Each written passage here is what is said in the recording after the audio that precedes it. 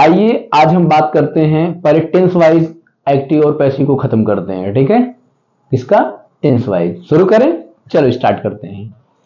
बात नंबर एक बात को क्लियर समझो। कैसे समझना है भैया?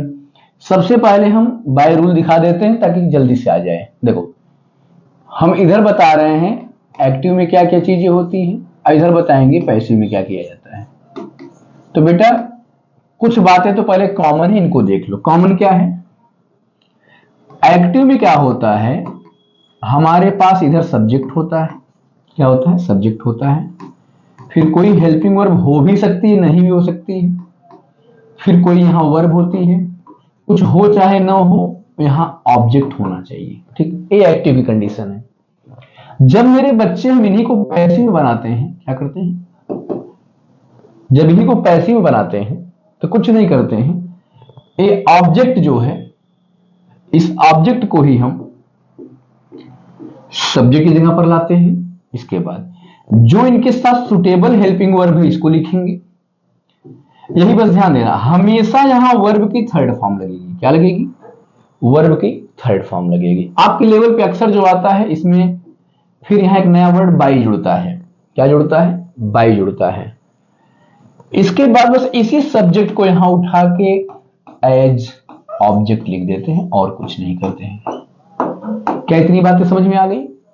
एकदम सिंपल सा इनका एक बेसिक सा स्ट्रक्चर है। तो एक बात यहां से क्लियर हो गई कि हमेशा पैसिव में वर्ब की थर्ड फॉर्म लगेगी। डन है? अब यहां कुछ बातें समझ लो, एक बार में समझ लोगे मेरे बच्चे तो टेंस वाइज में सारे खेल खत्म कर दूंगा एक बार में। देखो क्या क्या समझना है।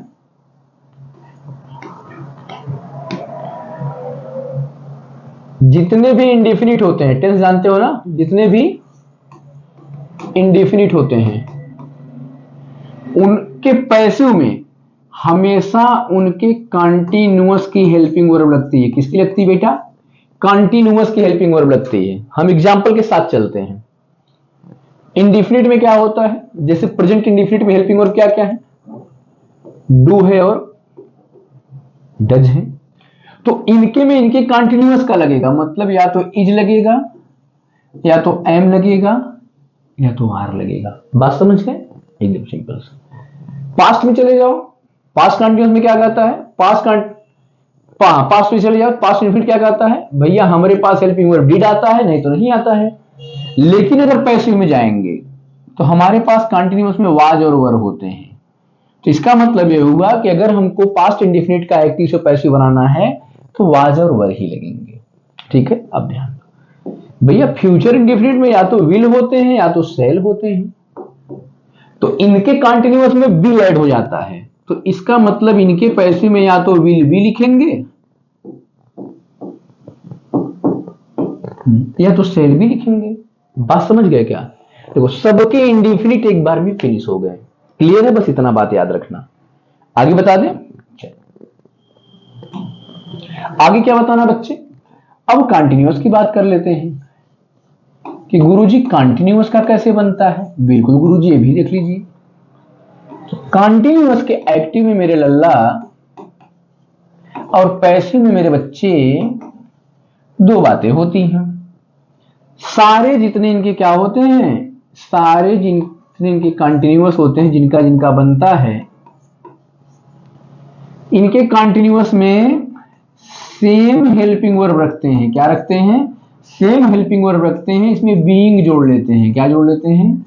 बीइंग जोड़ लेते हैं। और एक बात याद रखना कि फ्यूचर के कंटीन्यूअस और सारे टेंस के परफेक्ट कंटीन्यूअस के कोई रूल नहीं होते, तो इसमें दो ही कंटीन्यूअस की बात होगी। किसकी किसकी? जरा ध्यान देना। ठीक है, तो पहले हम बात कर लेते हैं प्रेजेंट के कंटीन्यूअस की। किसकी बात? प्रेजेंट कंटीन्यूअस की। बेटा जो प्रेजेंट का कंटीन्यूअस होता है वो क्या कहता है कि भैया हमारे पास इज होता है, आई एम होता है, आर होता है। ये प्रेजेंट की कंटीन्यूअस बात है। तो ये कहते हैं कुछ मत करना बेटा, सब कुछ जो है वही रख लेना। या तो इज लेके आना, या तो एम लेके आना, या तो आर लेके आना, चाहे जो लेके आना, लेकिन इसके साथ बीइंग जरूर लगा लेना। एक बार में कहानी खत्म। दूसरी बात बेटा, जब हम पास्ट के कंटीन्यूअस में जाते हैं तो हमका मिलता है वाज और वर्ब, और जब वाज और वर मिलता है तो ये भी यही कहता है, इनको लेके आना, चाहे जिसको लेके आना, मगर इनको जरूर लेके आना। हो गए। इज एम आर के साथ being, is being, am being, are being, was being, were being. Clear? क्या? कॉन्टिन्यूअस भी खत्म। ठीक है। लास्ट कौन बचा? लास्ट में बचे चचा। कौन चचा? देख, लास्ट में बचे परफेक्ट महाराज। ठीक भैया, क्या बचे? परफेक्ट महाराज। परफेक्ट महाराज क्या कहते हैं? सुनो, परफेक्ट महाराज कहते हैं कि कुछ मत करना, ठीक है, जितने होंगे सबका सेम लिखकर बीन लगा देना। क्या लगा देना बेटा? बीन लगा देना बस। मतलब उन्हीं के परफेक्ट कंटीन्यूअस का हेल्पिंग वर्ब यूज कर लेना। चलो देखते हैं। प्रेजेंट के परफेक्ट में हैज और हैव आते हैं क्या? Oh yes sir. पास्ट में हैड आता है क्या? बोलो यस सर। फ्यूचर में विल हैव और शैल हैव आता है क्या? बोलो यस सर। बस बेटा कुछ मत करना, जैसे इसमें बीइंग हुआ था, इसमें सब में क्या ऐड कर लेना? बीन। सब में क्या ऐड कर लेना? बीन। सब में क्या ऐड कर लेना? बीन। बताओ टेंस का खत्म हुआ कि नहीं खत्म हुआ? मैंने बोला सबके इंडिफिनिट में उसके कंटिन्यूअस की हेल्पिंग वर्ब कहो स्वाहा। कंटिन्यूअस मैंने कहा कि जिनका जिनका बनता है उनकी same helping verb plus being add कर लेना, आहा। ठीक है। और लास्ट मैंने बोला परफेक्ट की अगर बात करते हैं तो फिर को वाह, सबको रख के बस बीन ऐड कर लेना। तीन बात में टेंस का खेल खत्म हो गया। ठीक है। अब बात करते हैं हेल्पिंग वर्ब की चेंजिंग किसके लिए? इनको छोड़कर सबके लिए। तो याद रखना, इनको छोड़कर सबके लिए जितने मॉडल्स होते हैं, याद रखना कौन? मॉडल्स। जितने मॉडल्स होते हैं मेरे बच्चे, सब में केवल बी ऐड होता है। क्या ऐड होता है? बी ऐड होता है। कैन लगा है कैन बी, मे लगा है मे बी, विल लगा है विल बी, शुड लगा है शुड बी, वुड लगा है वुड बी, टू लगा है टू बी। खल्लास। बात समझे नहीं समझे? क्या लगेंगे? बी लगेंगे, केवल एक कंडीशन को छोड़कर। जब शुड या वुड या मस्ट के बाद क्या जुड़ा रहे?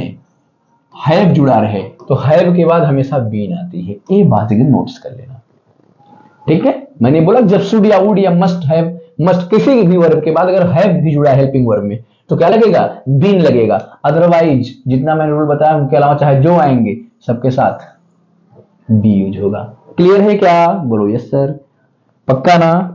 जैसा लगेगा पढ़ने के बाद कमेंट जरूर किया करो। कमेंट मिलने से हमको थोड़ा आत्मा को नहीं, मतलब दिल को शांति मिलती है, मतलब बच्चों को समझ में आ रहा है, नहीं तो फिर हम और इंप्रूवमेंट करेंगे। ठीक बेटा?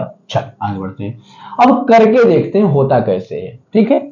तो मैं देखो सिखाने वाला प्राणी हूं, मैं क्वेश्चन कराता नहीं हूं, सिखा देता हूं क्वेश्चन टाइप करा के ताकि तुमको आ जाए। देखो पहली बात, क्वेश्चन देखो, राम, भाई राम का नाम तो लेना जरूरी है, कॉल्स हिम। तो एक बात और ही बता देता हूं लगे हाथ, क्योंकि बहुत सारे बच्चों की एक प्रॉब्लम होती है, भाई बच्चे हर तरह के हैं ना, कुछ बहुत तेज हैं, कुछ थोड़ा ज्यादा तेज हैं।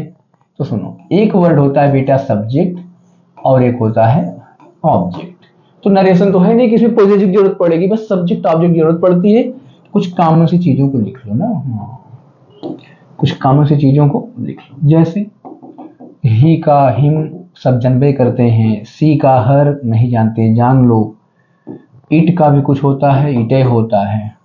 ठीक है। आई का मी होता है, यू का यू ही होता है, वी का अस होता है, दे का देम होता है, और एक किसी बढ़ा दो, ऊपर लिख दे देना, हु का होम होता है। समझ गए?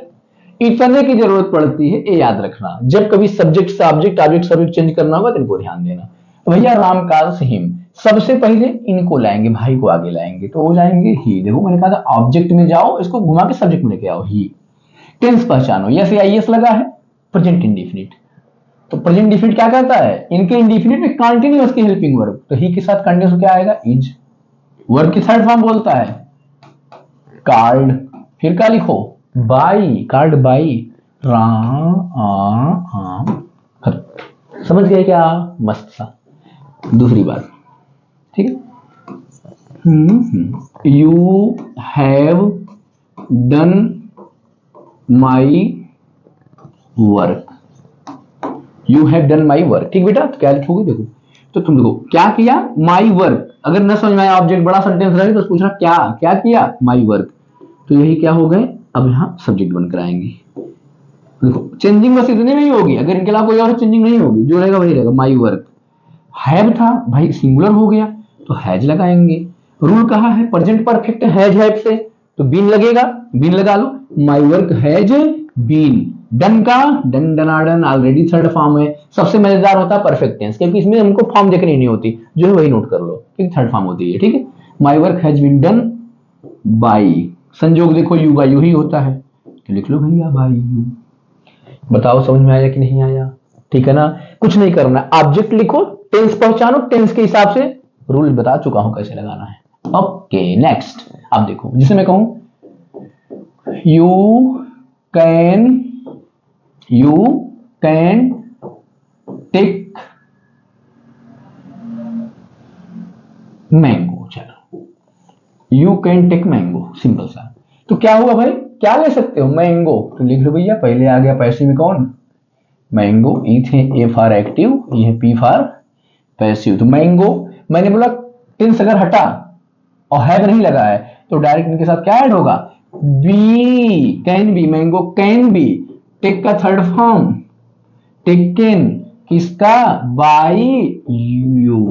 समझ गए क्या, को यस सर आ गया। नेक्स्ट एक और इसका लेते हैं, ये लाजवाब सेंटेंस है, अच्छे अच्छों को फंसा देता है। Rahim has to, Rahim has to teach us, ध्यान समझो, Rahim has to teach us. ध्यान देना बेटा, इस हैज को देख के मत लगाना, कंफ्यूज हो जाओगे। वर्ब से पहले देखो हेल्पिंग वर्ब कितना बड़ा है, हैज टू है, इंफिनिटिव का यूज हुआ है, तो याद रखना टू के हिसाब से लगेगा। तो मैंने रूल बताया, ये टेंस में नहीं है, टू के हिसाब से लगेगा। तो मैंने कहा कि अगर कोई टेंस में नहीं है और सब्जेक्ट के साथ आया हुआ है तो हैव नहीं होना चाहिए लास्ट में, बस इसके बाद हैज हैड ना हो, फिर क्या करें, डायरेक्ट बी। तो क्या हो जाएगा, बी। अस का आगे लाओ, अस का हुआ वी, पीछे से देख लेना, वी हो गया। हैज है तो वी प्लूरल होता है, हैज की जगह हैव लगाएंगे, टू का टू लगाएंगे, बस क्या करना है भाई, ये तो देखो चेंज होगा, सिंगुलर प्लूरल के हिसाब से चेंज होगा अकॉर्डिंग टू नंबर। अब क्या करना है, बी ऐड करना है। यहां हमने क्या नया ऐड किया, बी, ये ध्यान देना, इसलिए पीएस लिख दिए बी। बस टीच का थर्ड फॉर्म टॉट, बाई र ही हो गया। We have to be taught by Rahim. Then है क्या, समझ गए। अब इनकी इंट्रोगेटिव को देख लो, देख लो इंट्रोगेटिव को देख लो। इंट्रोगेटिव क्या कहता है बेटा, इनका इंट्रोगेटिव कहता है भैया अगर हम निगेटिव है तो निगेटिव आ जाएगा, कोई दिक्कत नहीं। इंट्रोगेटिव बस सेम वही बात, जैसे मैंने कहा are you taking my pen, ठीक। तो कौन है माई पेन, तो लिखेंगे माई पेन, लेकिन टेंस देखो कौन सा है, कंटिन्यूअस है, तो हेल्पिंग वर्ब तो चेंज होगा लेकिन अकॉर्डिंग टू बस नंबर। माई पेन सिंगुलर है तो इनके हिसाब से इज लगेगा, तो बस ये जहां आर था वही क्या कर देना, कर देना। समझ में आएगा, आगे लगा तो आगे ही लगेगा, इज माई पेन। फिर क्या जोड़ना है, कंटिन्यूअस क्या जोड़ना है, बीइंग, याद रखा करो बच्चा, बीइंग, यही से गलती कराता है। Is my pen being taken, third form taken by कौन थे, यू। और इंट्रोगेटिव का साइन लगाएंगे, ठीक है। ये हो गया स्नो टाइप का। एक दूसरा ले लो, why had he not invited me. चलो भैया पूछ रहे हैं कि why had he not invited me, वह मुझे क्यों नहीं बुलाया था। अरे राम जाने काहे नहीं बुलाया, हमको क्या मालूम। चलो हम बताते, खाली करना सीखो। पहले क्या लिखेंगे बिटवा, वाई, ठीक है। इसके बाद टेंस पहचानो, पास्ट परफेक्ट है, कोई दिक्कत नहीं है, हेड का हेड रहने दो, बोला था खाली बीन ऐड करना है। अब मी था, मी आएगा आगे, वाई हेड आई, ऑब्जेक्ट था सब्जेक्ट बना, वाई हेड आई। नॉट है, याद रखना नॉट के बाद ही बीन लगेगा, इसलिए नॉट भी ले लिए थे। Why had I not been, बस इनवाइटेड, थर्ड फॉर्म ऑलरेडी है, invited. Why had I not been invited by, he था, ही को क्या करेंगे, हिम, क्वेश्चन मार्क। मजा आया? एक और इनका टेक्निक देख लो, हम बस टाइप्स बता रहे हैं, फिर जाना उड़ाना धागा सब खत्म। लो लास्ट देखो इनका क्या है लास्ट। अब अगर मैं कहूं कि अगर हु वाला आए तो क्या होगा, सबसे बड़ी प्रॉब्लम इसमें है। तो याद रखना, अगर एक्टिव में कहीं हु है तो पैसिव में बाई होम से शुरू करना। किससे बेटा? बाई होम से शुरू करना, बस ठीक है। बाई होम लगा देना, हेल्पिंग वर्ब लगा देना, ठीक है। इसके बाद जो ऑब्जेक्ट का सब्जेक्ट बनाना, सारी चीज लिखकर ऐसे कर लेना। पहले इनको सीख लेते हैं। जैसे मैंने कहा हु विल हेल्प यू, कौन तुम्हारी मदद करेगा, पैसिव बना दो। तो मैंने रूल क्या बताया, इनके लिखना बाई होम, ये याद रखना, बाई होम, ठीक है। ज्यादा बच्चों की ही प्रॉब्लम, बाई होम। इसके बाद मैंने क्या बोला, हेल्पिंग वर्ब, विल था, लिख लो विल, ठीक है।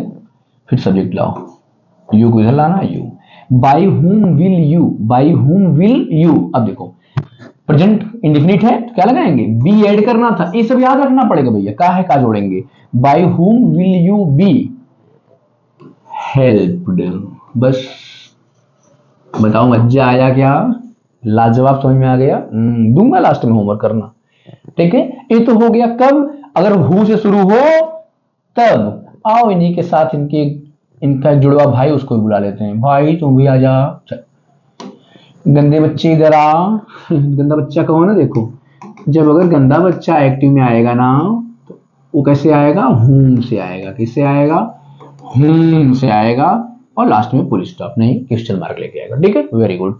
अब क्या करना बच्चा, जरा देखो, जैसे होम आ गया ना तो क्या करना है, अब इनके पैसिव को हु से शुरू करेंगे। किससे शुरू करेंगे, हु से शुरू करेंगे। समझ गए बात को। एग्जाम्पल, हम तो ऐसे अगर पूछें whom do you like, वाह क्या सेंटेंस है, whom do you like, तुम किसे पसंद करते हो। हमको तो नहीं करोगे पता है, टीचर को भला कौन पसंद करता है ना। whom do you like, क्या करना है देखो, whom do you like, कितने लोग टीचर पसंद करते, कमेंट कर देना। whom do you like, हम भी जरा देखें तो हम लोग नहीं लगते कहीं। तो whom do you like क्या है भैया, किसे पसंद करते हो, तो करना क्या है, हु से करना क्या है, हु से। हु लिख दिए, भूल बता रहा है, हु से, तो हु लिख दिए। अब क्या कर रहा है, अच्छा हु तो लिख लिए, कर whom do you like, कर हु, अब हेल्पिंग वर्ब लगा लो, वही हेल्पिंग वर्ब। तो अब देखो भैया डू यू लगा है, प्रेजेंट इंडेफिनिट है तो कंटीन्यूअस का लगेगा, तो हु को सिंगुलर मान के चलते इसलिए क्या लगेगा, इज, हु इज, ठीक है। हु इज क्या, liked, who is liked by, अब यहां जो यूज है इसको लिखा जाओ,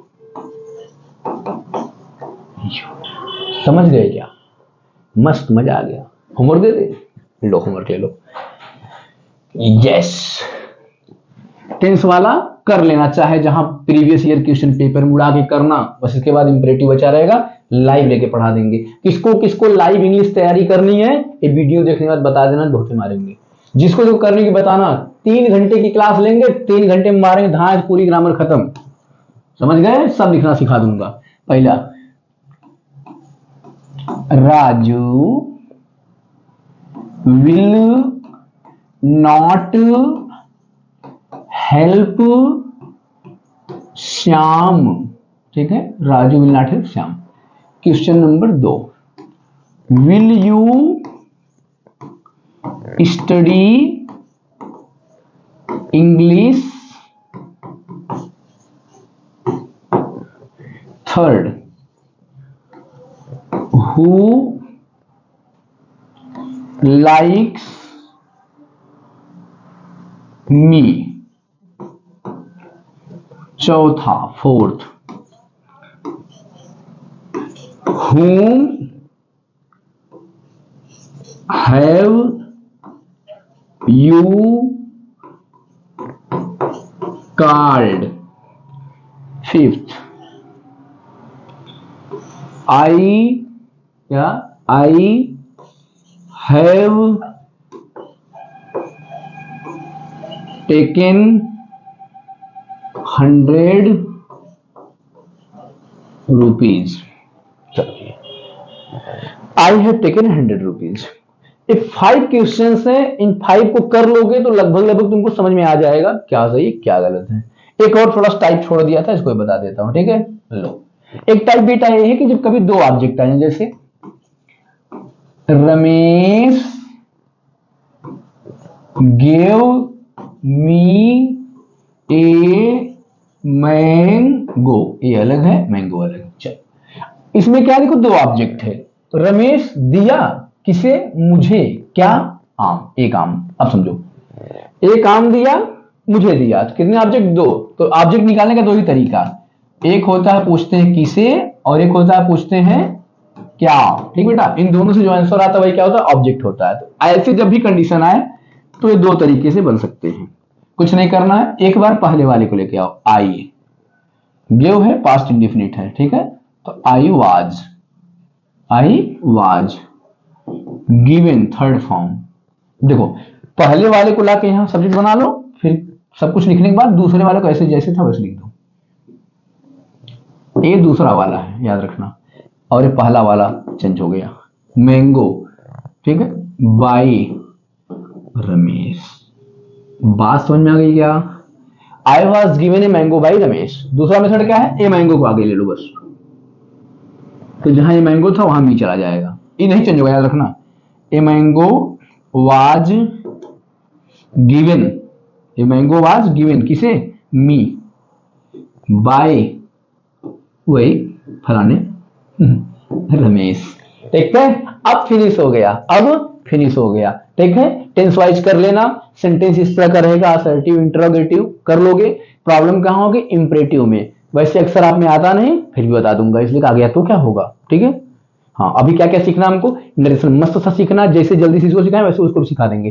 3 घंटे की क्लास में पूरी ग्रामर कंप्लीट हो जाएगी। रीअरेंज करने आ जाएगा, एक्टिव पैसिव आ जाएगा, नरेशन आ जाएगा, करेक्ट फॉर्म यूज करना आ जाएगा, सेंटेंस कंप्लीट करने आ जाएगा, नोटिस लिखने आ जाएगा, सब कुछ करने आ जाएगा, एप्लीकेशन भी लिख लोगे।